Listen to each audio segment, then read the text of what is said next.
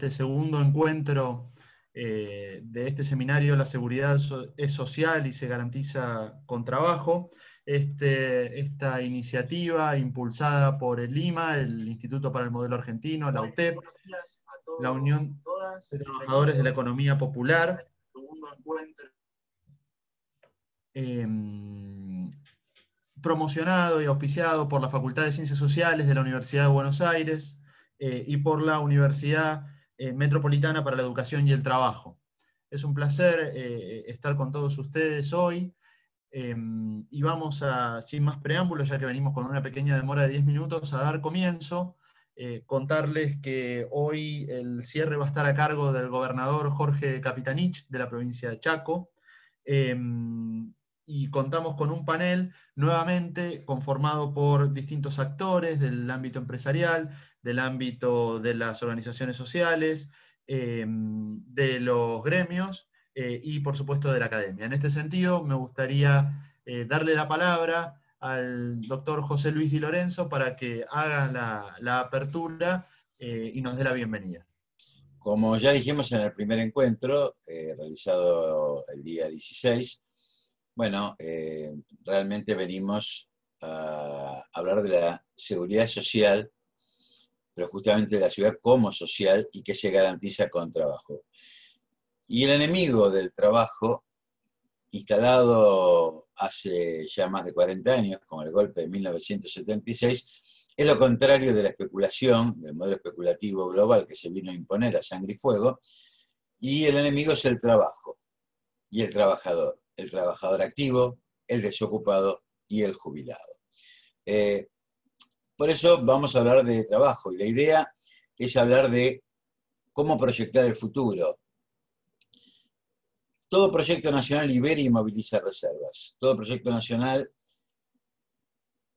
moviliza población y recursos naturales hasta ese momento sin uso, marginados o conflictivos. Precisamente para que sea posible una nueva historia, se requieren nuevos personajes que ingresen a la escena y que concierten sus expectativas con las necesidades que el proyecto reconoce. Esto que decimos no es nuevo, lo decía el filósofo Gustavo Sirigliano en su metodología para pensar un proyecto nuevo de país. Y nos contaba que la mujer, por ejemplo, confinada a su casa en el siglo XIX, pero con expectativa de trabajar fuera de ella, se libera al unirse con la necesidad objetiva de lo que fue en su momento el proyecto del 80, la educación popular. Y se convierte en la maestra educadora, que es la posibilidad de movilizar una valiosa reserva y solucionar un problema para el que no había recurso humano. Cosa similar ocurre con los habitantes de oscuras aldeas europeas que son movilizados a más de 10.000 kilómetros de distancia por el mismo proyecto del 80 y se convierten en los inmigrantes que habrán de labrar la tierra y cambiar la raza, según pretendía aquel proyecto. Pero estábamos mostrando que hay una nueva población que se incorpora a un nuevo proyecto. Y este es el desafío que tenemos hoy. Otro desafío es tener en cuenta que el proyecto es financiado por el trabajo y la nueva riqueza incorporada.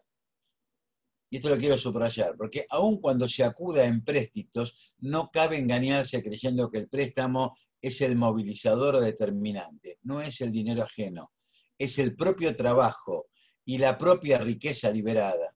El préstamo solo anticipa el tiempo. Pero tenemos que recuperar un pensar situado, recuperar la capacidad de pensarnos a nosotros mismos, porque solo desde un proyecto nacional y situado en él se perciben y valoran adecuadamente las expresiones culturales de otros países y sociedades. Y solo así pueden ser aprovechadas y llegar eventualmente a ser incorporadas. Si no se actúa centrándose en un proyecto nacional, uno puede llegar a creer que se ha situado en un punto de vista universal, cuando en verdad lo que ha hecho en realidad es alienarse. El trabajo es el instrumento resolutor de los problemas del país, porque media entre la necesidad y la satisfacción, disuelve el obstáculo. Esto está dicho para aquellos que creen que un proyecto se identifica con un plan económico. No es al revés. El La necesidad, que es la que estamos consultando hoy a nuestros invitados para que la desarrollen y escuchar sus propuestas, es la que la economía y los demás saberes deben resolver, no negar, pero no anticiparse o creer que están antes que la necesidad concreta. Y agreguemos que la cuestión es moral. Una de las patas de análisis que incorporamos a este seminario es la cuestión que tiene que ver con el aporte teocultural más allá de las creencias. Y por ejemplo, yo voy a tomar algunos fragmentos de la exhortación apostólica Evangelii Gaudium, que dice que no hablamos solo de asegurar, dice la jerarquía, la Iglesia Católica, no hablamos solo de asegurar a todos la comida o un decoroso sustento, sino de que tengan prosperidad, sin exceptuar bien alguno. Esto implica educación, acceso al cuidado de la salud y especialmente trabajo, porque en el trabajo libre, creativo, participativo y solidario, el ser humano expresa y acrecienta la dignidad de su vida. El salario justo permite el acceso adecuado a los demás bienes que están destinados al uso común, dice esta encíclica o esta exhortación. Y agrega, el crecimiento en equidad exige algo más que el crecimiento económico, aunque lo supone. Requiere decisiones, programas, mecanismos y procesos específicamente orientados a una mejor distribución del ingreso o a una creación de fuentes de trabajo, a una promoción integral de los pobres que supere el mero asistencialismo, lo que debemos remarcar. Y en la reciente encíclica papal Laudato Si, se nos dice que estamos llamados al trabajo desde nuestra creación. No debe buscarse que el progreso tecnológico, lo subrayo, reemplace cada vez más al trabajo humano. Con lo cual la humanidad se dañaría a sí misma. El trabajo es una necesidad, parte del sentido de la vida en esta tierra, camino de maduración, de desarrollo humano y de realización personal. En este sentido, ayudar a los pobres con dinero debe ser siempre una solución provisoria para resolver urgencias. El gran objetivo debería ser, dice Laudato Si, siempre permitirles una vida digna a través del trabajo. Y debemos rescatar nuestra identidad para poder pensarnos a nosotros mismos. Hoy nos toca abordar la mirada poniendo el acento en la región NEA.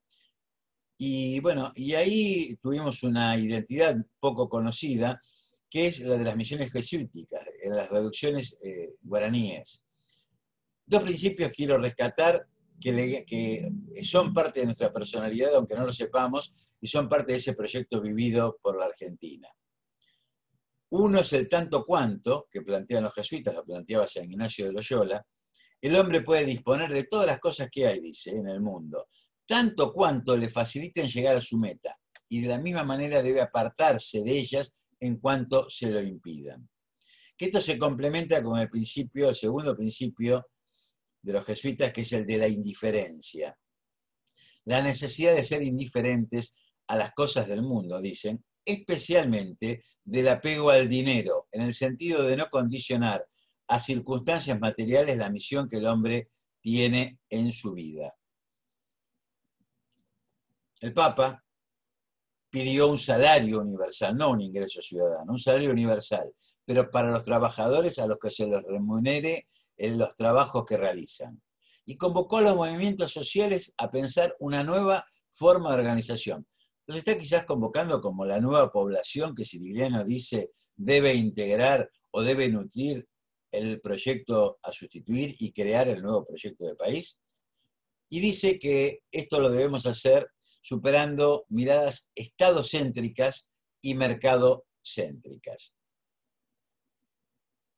Y también convoca al Papa algo muy importante.